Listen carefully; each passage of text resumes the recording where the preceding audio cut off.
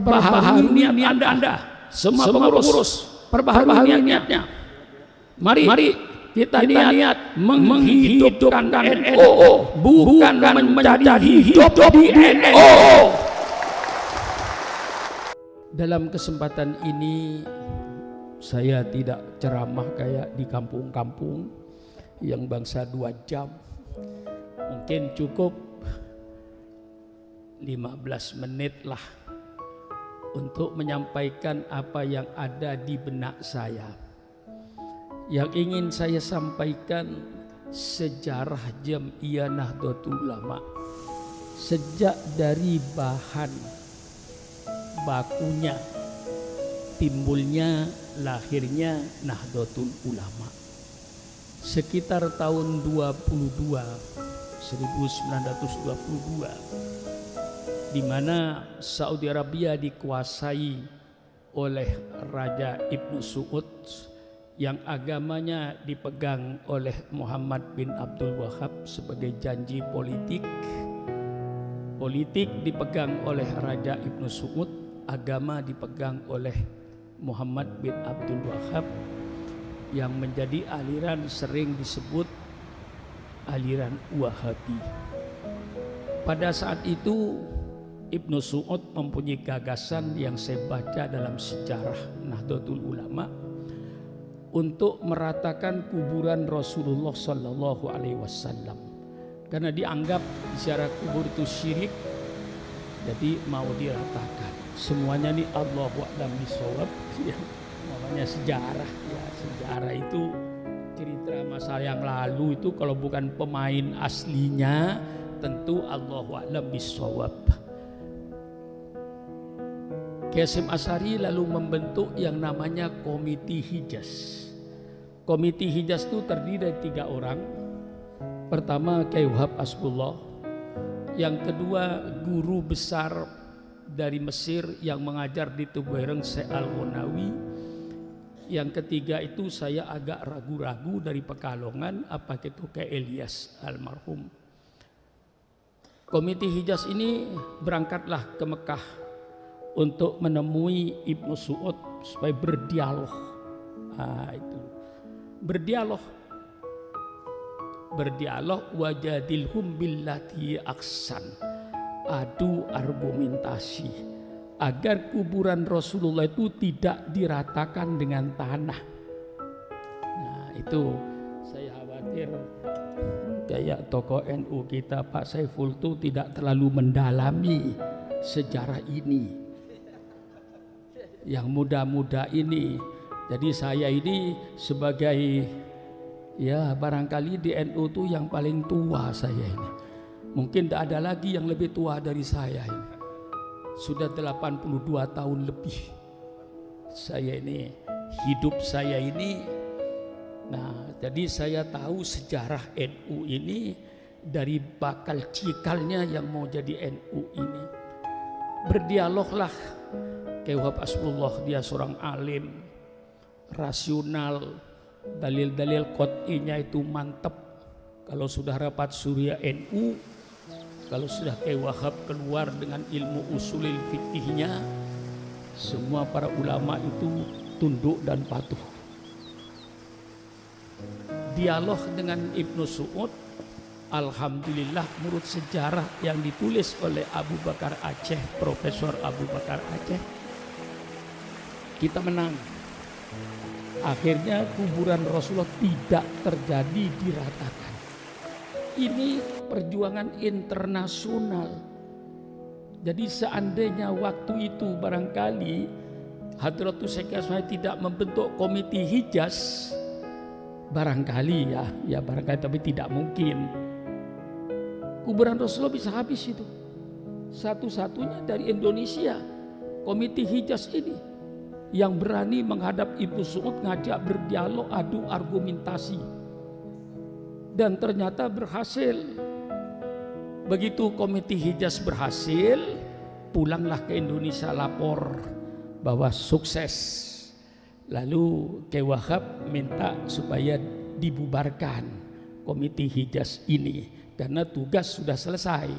Kuburan Rasulullah tidak jadi digusur. Nah, Hadratus Syekh menyampaikan jangan, teruskan Komite Hijaz ini, bentuk satu organisasi. Karena apa? Nanti bangsa Indonesia, umat Islam khususnya, masih pasti mundar-mandir ke Saudi. Di situ pasti ajaran Wahabi itu akan dipompakan kepada jamaah haji, dan itu benar. Cuman saudara kan tidak peduli toh. Setiap saudara haji pasti yang dibagi-bagi itu buku Wahabi. Tapi untung oleh saudara tidak dibaca. Ya kalau saya membaca maka saya tahu. Nah itu ya, ini syirik, ini bid'ah, ini bid'ah, ini bid'ah. Pokok kalau tidak ada pada zaman Nabi itu namanya bid'ah. Itu sebenarnya pengertian tidak benar. Asli daripada hadisnya itu panjang. Khairul kalami kalamullah wa khairul hadi hadi Muhammadin sallallahu alaihi wasallam wa syarrul umuri muhdatsatuha wa kullu muhdatsatin bid'ah wa kullu bid'atin dolalah wa kullu dolalatin finnar. Wah, itu yang diambil, yang nyaring finnar. Nah, tapi tidak memahami kata-kata muhdatsatun itu dari bahasa Arab ahdatsa yuhditsu. Muhdatsat barang yang diada-adakan, yang tidak ada. Itu nama muhdats. Muhdatsat barang yang diada-adakan, yang tidak ada. Loh, warga NU itu bukan mengada-adakan yang tidak ada, mengada-adakan yang ada. Mengada-adakan yang ada, bukan mengada-adakan yang tidak ada. Sehingga bid'ah itu menjadi bid'ah mahmudah, bid'ah matmumah, bid'ah yang dipuji, bid'ah yang dicela. Yang mengatakan bid'ah itu ada yang baik itu bukan Syukron Ma'mun. Jangan menghantam saya. Yang berkata bid'ah itu hasanah itu Sayyidina Umar Ibnul Khattab. Baca dalam kitab Fathul Bari, ketika Sayyidina Umar mengadakan sholat tarawih berjamaah. Yang berjamaah itu zaman Rasulullah tidak ada tarawih berjamaah itu. Semua tarawih sendiri-sendiri. Zaman Abu Bakar sendiri-sendiri. Melihat 12.000 penduduk Madinah tiap hari, tiap malam sembahyang tarawih sendiri-sendiri. Sayyidina Umar mempunyai pikiran, alangkah indahnya kalau tarawih ini dibikin berjamaah. Diangkatlah seorang sahabat yang bernama Ubay bin Ka'ab. Itu imam tarawih yang pertama kali di dunia. Ubay bin Ka'ab itu imam tarawih yang pertama kali di dunia. Selesai tarawih begitu rapi, bagus. Dalam kitab Fathul Bari, sarahnya Sahihul Bukhari, persilakan Anda baca. Di situ Sayyidina Umar berkata, nikmatil bid'atu hadihi. Inilah sebagus-bagus bid'ah. Inilah sebagus-bagus bid'ah. Jadi bid'ah itu ada yang bagus. Itu Sayyidina Umar Ibnul Khattab. Kita sepakat bid'ah itu segala sesuatu yang tidak ada pada zaman Rasulullah. Cuman pertanyaannya, apakah segala sesuatu yang ada sekarang yang tidak ada zaman Rasul pasti jeleknya? Tentu akal sehat akan berkata belum tentu jelek, belum tentu baik. Lihat bid'ahnya itu kayak apa? Itu namanya ras otaknya sehat. Bid'ahnya kayak apa? Nah kalau bid'ahnya itu bertentangan dengan Quran dan Sunnah Nabi, tentu saja itu bid'ah dolalah. Sehingga bid'ah itu ada yang baik dan ada yang tidak baik. Mengapa Rasulullah tidak menyebutkan bahwa bid'ah itu bid'ah yang tidak baik?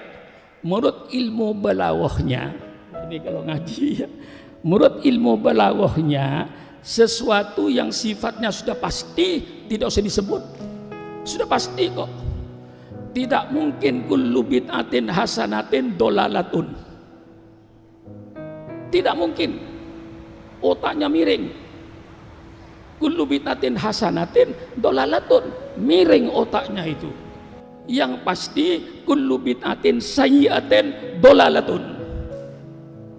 Nah, orang ahli sunnah ini baca kitab, jadi ada kaidahnya.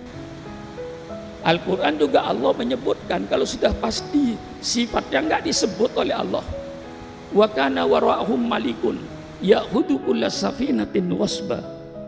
Di balik nelayan ini besok akan ada raja yang akan mengambil, merampas semua kapal. Allah tidak menyebut yang dirampas kapal baik apa kapal jelek. Tidak mungkin raja merampas kapal rusak.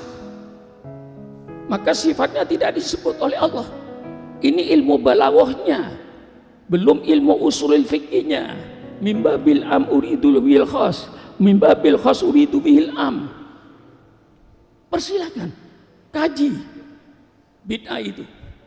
Nah, lalu dianggapnya bid'ah. Kita mengadakan yasinan tiap malam Jumat, itu tradisi NU. Masih ada atau tidak Allahu a'lam sekarang. Dulu muslimat NU itu mesti malam Jumat ngadakan yasinan. Karena kita wajar. Di dalam perintah Allah itu bermacam-macam. Ada perintah Allah yang Allah tentukan tempat dan waktunya.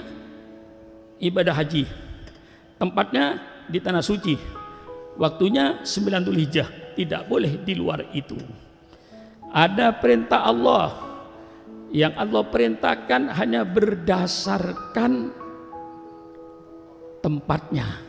Waktu bebas. Ibadah umroh. Umroh harus di tanah suci Mekah. Waktu bebas. Kapan saja mau umroh. Ada perintah Allah yang Allah perintahkan hanya waktunya saja. Tempatnya bebas. Sholat 5 waktu. Mau sholat di mana? Di hutan persilakan, di tepi laut persilakan, mau sholat di mana saja persilakan, asal waktunya subuh waktu subuh, duhur pada waktu duhur, asar pada waktu asar. Itu yang penting. Tempat bebas. Nah, barangkali saudara-saudara saya yang saya hormati dari golongan Wahabi itu kurang paham perintah Allah yang tidak pakai tempat dan tidak pakai waktu. Misalnya baca Quran. Di mana baca Quran? Di mana saja. Kapan baca Quran? Kapan saja. Bebas. Jadi barangkali saudara saya, maaf, persilakan. Saya sudah berdialog dengan 135 mubalik Wahabi di puncak. Saya berdialog. Ternyata mereka tidak banyak jawaban. Sampai saya katakan, kalau Anda cinta Sukron Makmun, tolong selamatkan Sukron Makmun dari api neraka. Saya katakan tegas, tolong selamatkan Sukron Makmun dari api neraka. Saya mengadakan maulid, saya uraikan. Saya mengadakan maulid, ada dasarnya. Rasulullah memperingati maulid setiap hari Senin. Persilakan Anda baca tentang puasa hari Senin. An Abi Qatadah radhiyallahu an, su'ilan Nabi sallallahu alaihi wasallam an shaumi yaumil itsnin, faqal yaumun wulitu fi. Yaumun wulitu fi. Siapa bilang Rasulullah tidak memperingati maulidnya? Qul bi fadlillah wa bi rahmatihi fa bidzalika falyafrahu. Dengan karunia Allah, dengan rahmat Allah, hendaknya mereka bergembira. Tidak ada karunia Allah, tidak ada rahmat Allah yang lebih besar daripada lahirnya Nabi Muhammad SAW. Kita bergembira. Masih banyak lagi. Saya katakan faksusil qasasah la'allahum yatafakkarun. Ceritakan Muhammad oleh engkau sejarah-sejarah itu. Kami mau membaca sejarah Rasulullah pada bulan Maulid ini. Baca sejarah. Perintah kata, masih banyak lagi saya uraikan. Dan tidak ada peringatan Maulid yang tidak perintah Allah, yang diadakan oleh ulama. Saya bicara di 135 mubalik yang dibayar oleh Saudi Arabia. saya terbuka demi membela ahli sunnah wal jamaah ini. Saya katakan terus terang, Maulid dibuka dengan baca Al-Quran. Baca Al-Quran perintah Allah apa bukan? Tolong jawab. Setelah baca Quran, baca solawat, ya Rabbi sholli ala Muhammad. Baca solat perintah Allah apa bukan? Tolong jawab. Setelah baca solawat, kita membikin Mau'izatul Hasanah, mulai sambutan sampai ceramah. Mau'izatul Hasanah, perintah Allah. Doa, perintah Allah. Lalu mereka sering kritik kalau maulid terlalu mubadzir, terlalu mewah, paha kambing dipotong. Saya bilang, orang duduk mulai jam 8 maulid sampai jam 12, selesai dikeluarkan nasi, lauknya cuma tempe kecil-kecil. Kira-kira marah apa tidak? Kira Pak Suharso marah nggak kira-kira? Sudah duduk mulai jam 8 maulid, keluar nasi, baunya tempe, di rumah tempe, maulid tempe, lama-lama kita mati dengan tempe. Kita menggembirakan orang.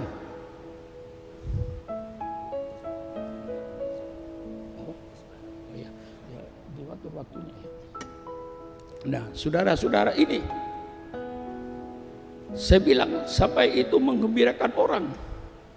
Nah, disinilah kita, alhamdulillah, diteruskan komite Hijaz ini bernama Nahdlatul Wathon.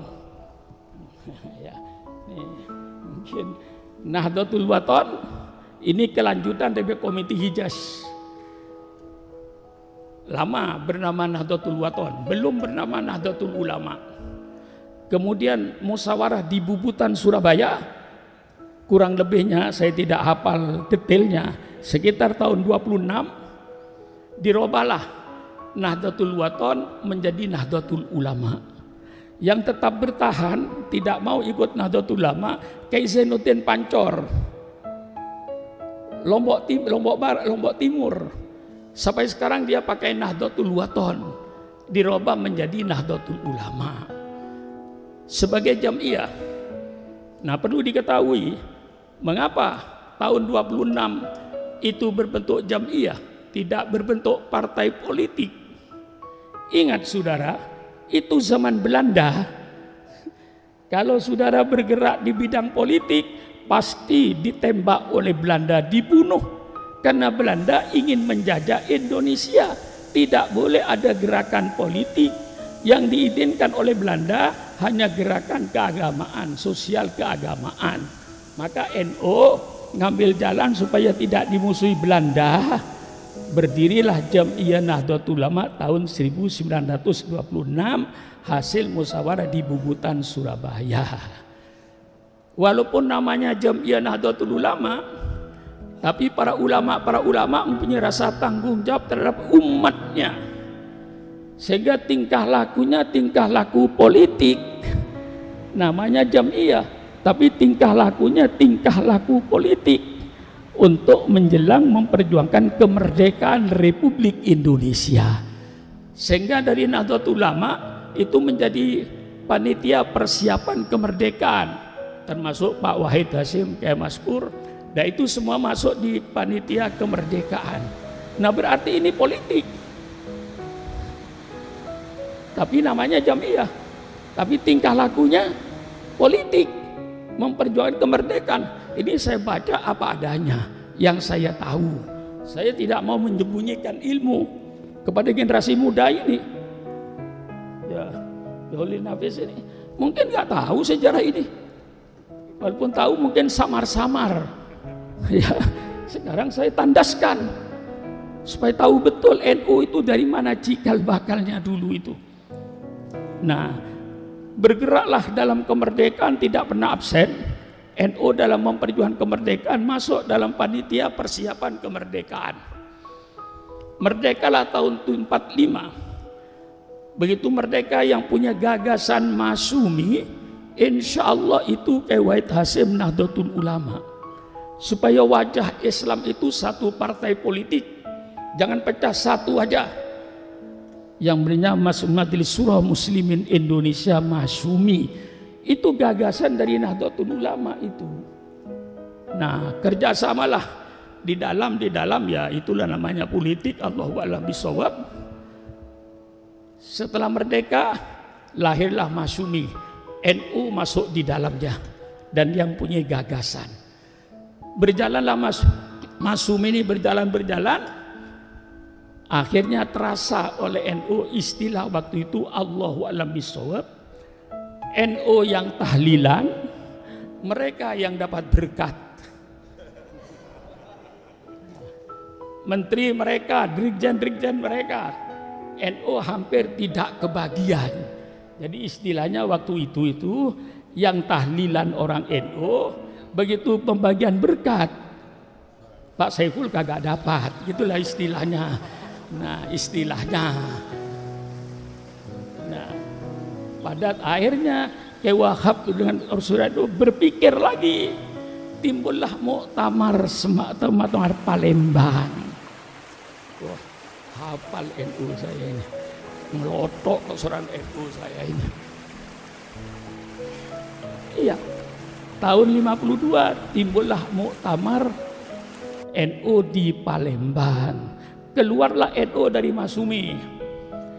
Berdirilah sekarang Partai Nahdlatul Ulama. Berdiri Partai Nahdlatul Ulama menjadi partai politik. Waktu itu semua ulama menyatu. Ada di NU semua yang ahli sunnah wal jamaah. Tidak ada yang di luar. Semua ulama ahli sunnah wal jamaah berada di dalam NU. Bersatu. Sehingga waktu itu menjadi partai besar, partai ketiga. Gilirannya PNI nomor 1, Masyumi nomor 2, Nahdlatul Ulama nomor 3, nomor 4 PKI yang selalu berkhianat. Itu sejarah yang menulis, NU hafal khianatnya itu. Nah, keluar jadi partai politik. Nah, kalau jadi partai politik namanya Partai Nahdlatul Ulama. Disitulah sayap-sayapnya hidup. Di setiap kantor Sarbu Musi, Serikat Buruh Muslimin Indonesia, kepunyaan NU. Sarnemi, Serikat Nelayan Muslimin Indonesia, di pantai utara itu semuanya benderanya Partai NU di Tegal mana itu. Berdiri lagi Les Bumi, Lembaga Seni Budaya Muslimin untuk menyaingi Lekra. Waktu itu setiap ranting NU mesti punya drum band, sehingga kalau NU keluar geger karena drum bandnya tiap ranting NU punya. Pada waktu itu semangatnya naik. Timbul lagi Perguno, Persatuan Guru Nahdlatul Ulama. Berdiri lagi macam-macam dari organisasi ini. Pertanu, Persatuan Tani Nahdlatul Ulama, semuanya berkembang. Ma'arif berkembang, semua madrasah-madrasah Ma'arif Nahdlatul Ulama. Subhanallah, subhanallah, hebat waktu itu. Semuanya bergerak. Komponen Nahdlatul Ulama bergerak seluruhnya. Sampai nelayannya, sampai pertaniannya, sampai pergununya, PMII-nya, PMII-nya, sampai Ibnunya berdiri. Kemuslimatnya tampil, fatayatnya tampil, semarak. Sehingga waktu itu NU kalau tidak salah punya kursi 66 kursi di DPR. Lalu pimpinan-pimpinan waktu itu kita bangga. Ketua DPR NU, Ketua MPR NU, hafal saya, Kiai Haji Ahmad Sayhu. Ketua MPR Pak Suban ZE, Ketua MPR itu, menterinya, Perdana Menterinya pernah Idham Khalid, Ketua DPR-nya Kiai Haji Ahmad Sayhu, Menteri Sosial pernah orang NU, Menteri Keuangan pernah orang NU. Semangat. Berjalanlah 65 timbul pemberontakan PKI, NU paling depan bersama-sama dengan pemerintah untuk memberantas komunis. Saya tidak menghilangkan lembaga-lembaga lain di dalam menumpas PKI, tapi insya Allah yang paling besar kontribusinya kepada pemerintah waktu itu Angkatan Darat adalah pemuda Ansor dengan bansernya. 65 berjalan, lalu timbullah pemerintahan Orde Baru zaman Pak Harto. Nah disitulah 5 menit. Ya. Alhamdulillah, betul akhir sudah tiba karena macet. Saya 10 menit lagi lah. Ya, kan. Tahun 73 politik waktu itu, enggak tahu saya Pak Saiful masih di mana tahun 73 itu. Masih sudah lahir tapi. Oh, sudah lahir tapi. Masih kecil ya. Ya. Tahun 73 keadaan politik di bawah Pak Harto. Politik dibonsai. Artinya dibonsai, Golkar harus 60% dari pusat sampai ke daerah. Yang 40% dibagi dua. Waktu itu PDI dengan Partai Persatuan Pembangunan dibagi dua, yang 40%. 60% itu pasti Golkar. Kiai Wahab dengan Pak Idam dan seluruh Surya Endo rapat mempertimbangkan daripada kita gagal dua waktu itu, politik gagal. Sedangkan NU mengadakan haul dilarang, mengadakan maulid dilarang, mengadakan Isra Mi'raj dilarang, mengadakan maulidan dilarang. Apalagi kalau pembicaranya Syukron Makmun, sudah pasti dicoret. Musuh nomor 1 waktu itu Syukron Makmun itu. Pasti NU mengadakan haul, siapa penjara? Syukron Makmun, coret. Ganti yang lain. Begitu kerasnya dan kejamnya waktu itu. Saya yang merasakan kejamnya Golkar pada waktu itu, bukan Golkar sekarang. Golkar sekarang sudah berbeda dengan Golkar dulu. Golkar dulu saya yang merasakan. Lalu pertimbangan NU, daripada politik gagal, Nahdlatul Ulama gagal dalam menjalankan haul maulidan Isra Mi'raj gagal, dilarang. Lebih baik, ayo ya, strategi bukan tujuan, strategi. Yuk kita kembali ke Hitoh supaya nggak diganggu, kembali ke Hitoh supaya tidak diganggu, bukan tujuan pokok itu, supaya tidak diganggu. NU supaya selamat, politik pindah ke P3. Jadi pendiri P3 itu semua ulama NU pendiri P3, ulama sepuh NU seluruhnya. Tidak ada terkecualinya, adalah pendiri P3, ulama NU seluruhnya.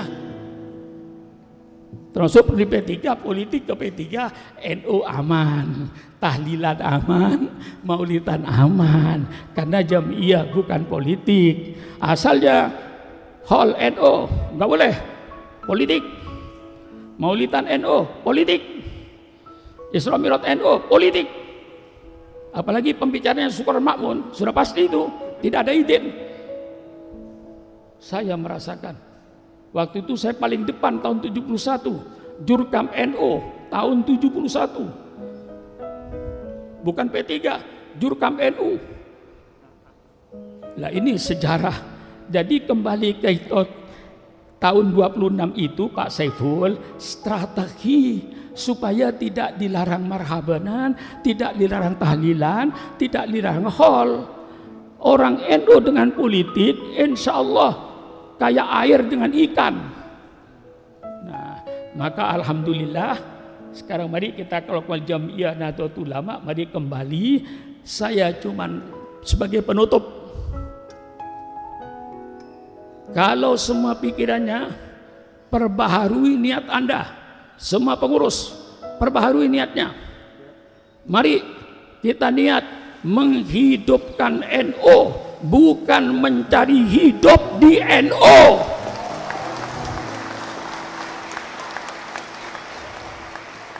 Sekali lagi, pasang niat seluruh pengurus,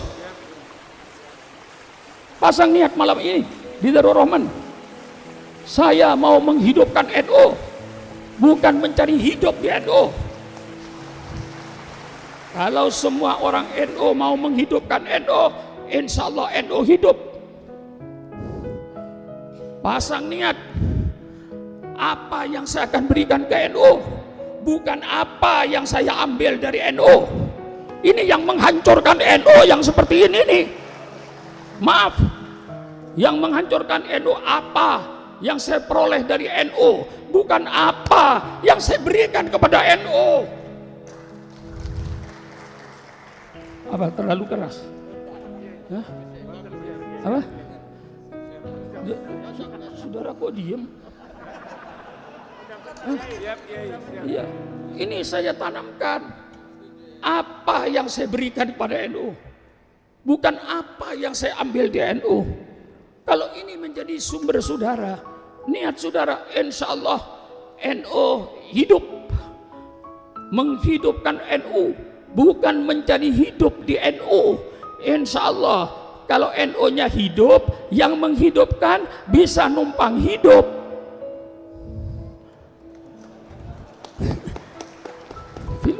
Masa yang menghidupkan tidak hidup? Insya Allah. Maka kita niat untuk menghidupkan NU. Mari supaya berani, kita mandiri. Kerahkan kekuatan NU. Bikin keyakinan kepada grassroots. Bagaimana mengembalikan keyakinan rakyat bawah terhadap Nahdlatul Ulama. Kalau kita sudah mampu mengembalikan keyakinan Nahdlatul Ulama di grassroots, insya Allah grassroots itu akan taat sama NU. Karena mereka semuanya itu ingin untuk berbakti kepada Nahdlatul Ulama. NU itu kalau nanti dikerahkan kayak Miftah, kita akan menjadi NU yang mandiri, tidak ada ketergantungan pada orang lain. Bagaimana caranya? Mari kita kerahkan dana nasional, gerakan semua ulama, gerakan semua mubaligh. Setiap berpidato maulid gelar sorban. Kalau 5 juta, 50 juta warga Nahdien, Pak Saiful, 50 juta warga Nahdien, mereka tidak akan kesulitan untuk mengeluarkan 10.000 atau kepada yang dicintai. Bagaimana rakyat supaya cinta kembali pada Nahdlatul Ulama? Kalau dia sudah cinta sama Nahdlatul Ulama, dia akan berjuang, akan mengorbankan hartanya. Kalau 10.000 tiap orang Nahdlatul Ulama kali 50 juta, insya Allah 500 miliar terkumpul duit. Mau apa Kiai Yahya? Mau ke apa? Ketua umum. Kalau tiap bulan 500 juta, 500 miliar masuk.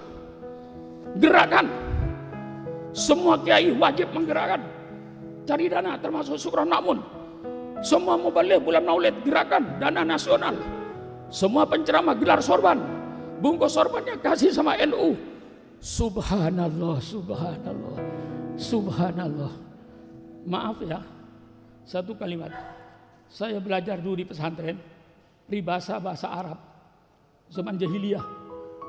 Apa kata orang zaman jahiliyah? Jawi kalbaka yadbaka. Laparkan anjingmu kalau ikan nurut sama kamu. Kalau anjing lapar pasti nurut. Nahdlatul Ulama jangan jadi anjing lapar, tapi kita jadi anjing kenyang yang bisa mandiri berbuat untuk umat, untuk agama, untuk bangsa dan untuk negara.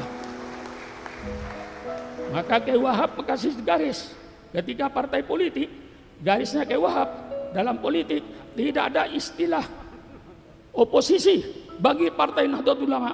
Partai Nahdlatul Ulama selalu bekerja sama dengan pemerintah yang sah dalam rangka amar ma'ruf nahi mungkar, bukan bekerja sama jadi bebek, tapi amar ma'ruf nahi mungkar di dalam bekerja sama dengan pemerintah.